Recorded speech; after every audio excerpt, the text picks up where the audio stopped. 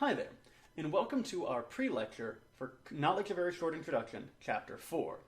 This is going to be our second chapter from this week, so you've probably already read Chapter 3. If not, go back and do that.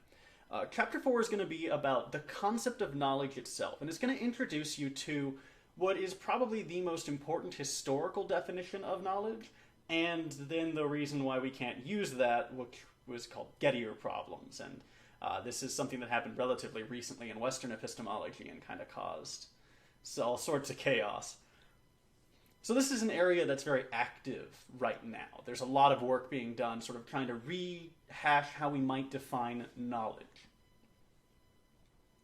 You're going to encounter some pretty bizarre examples in this section. These are called thought experiments.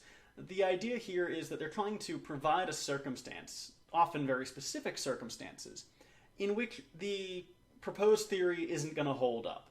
So you're going to see that people are going to keep producing unusual circumstances, though most of them are plausible, that could happen.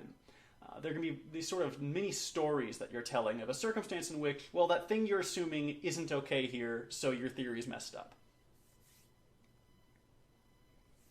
While you're reading, think about how you might define knowledge, and what it means to define knowledge. What is the point of defining knowledge as a concept, and how does that relate to everyday life?